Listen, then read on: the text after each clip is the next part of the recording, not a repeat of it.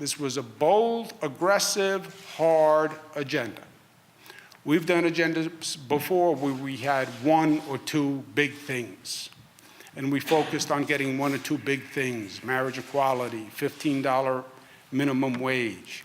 This has 5 or 6 major, difficult, long-term issues that had to be dealt with, and it deals with them in a fiscally responsible way. Good evening and welcome to Metro Focus. I'm Rafael P. Roman. Evening. After weeks of fighting in Albany, Governor Cuomo and the Democratic majority have a budget deal. The $175 billion agreement happened Sunday, just ahead of the budget's April 1st deadline. The budget's biggest headline, a first-in-the-nation congestion pricing plan to help fund a variety of shortfalls. Electronic tolls will be installed in Manhattan, which will charge drivers as they pass into Midtown below 60th Street. The tolls reportedly do not go into effect until 2021 at the earliest, with a large chunk of the money helping to overhaul New York's ailing subways.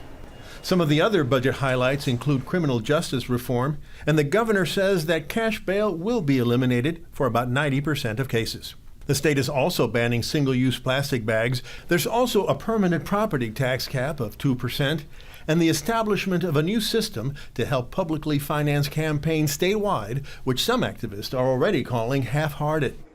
One item that did not make it into the budget, legal recreational marijuana. Advocates hope that it would, but legalization could still happen in this legislative session. Congestion pricing will cost as much as $12 for commuters, that in addition to tolls. As for tolls, sticker shock was the talk of the town this morning as hikes went into effect for bridges and tunnels yesterday. The Verrazano Bridge now costs a whopping $19 to enter Staten Island.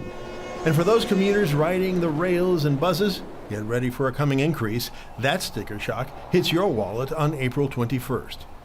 So, what are we looking at in terms of dollars, cents, and the payoffs, if any, of these increases? For answers, Jack Ford recently sat down with Curb New York editor Amy Plitt, and he began the conversation by asking why the MTA thinks that these increases are necessary. Short answer to that is the MTA needs money. That the MTA always. We've heard that line before, haven't we? We've heard that before, yeah. The MTA always needs money. The MTA has $39 billion in debt. The MTA just has such issues sort of getting the money that's necessary to run the subways, to repair the subways, to implement all of their capital projects. So fare increases are unfortunately a necessary evil to make sure that they have enough cash on hand.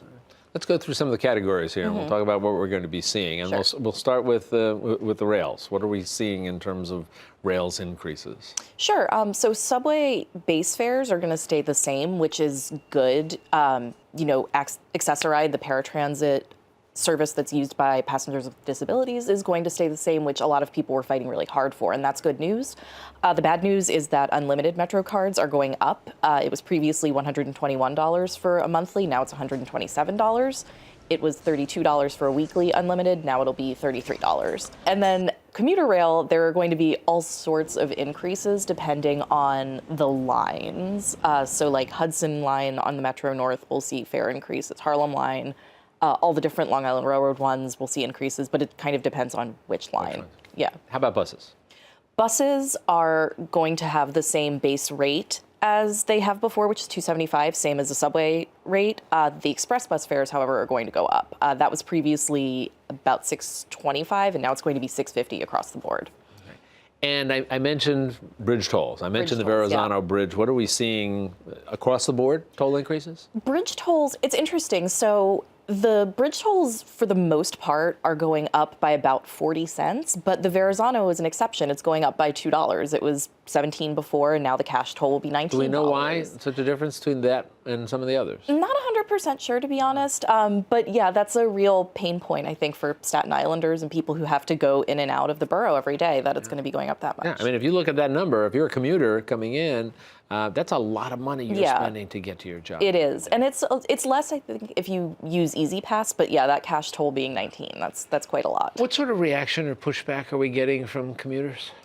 I don't think commuters are happy. I mean, the MTA says that subway performance is better. You know, they're having fewer weekday delays than they did last year. Their on-time performance is better than it was last year. So Better being a relative concept. better being a relative concept. We all know that last year and 2017 were particularly bad years for the subway system. So that the MTA says, you know, our service is getting better. Commuters aren't necessarily feeling it. Bus service is really bad. It's very slow.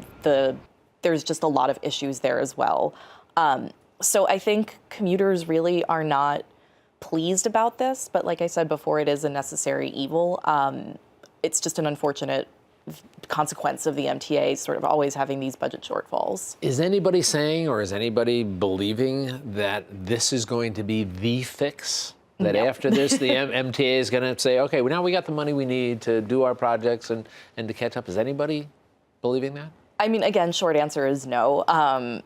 I think it's probably very likely we will see more fare increases in the future just because there are only so many places the MTA can get money from, and raising rates really is one of them and has proven to be consistently the one that they turn to or have to turn to time and time again. You know, we just saw fares go up 2 years ago, so.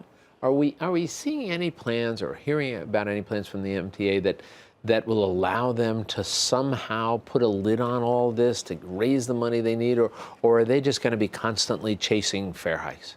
I mean, I think they're trying to find outside sources of revenue. Lawmakers, Governor Cuomo even were really unhappy about this latest round of fare hikes, and we're pushing back on the notion that we need to constantly increase fares. Well, there's a lot going on out there, and as I said before, it's always helpful when we get to chat with you, Amy, and we get a better understanding of all of it. So as this all plays out, we'll look forward to talking with you again down the road. Thank you so much. Take care.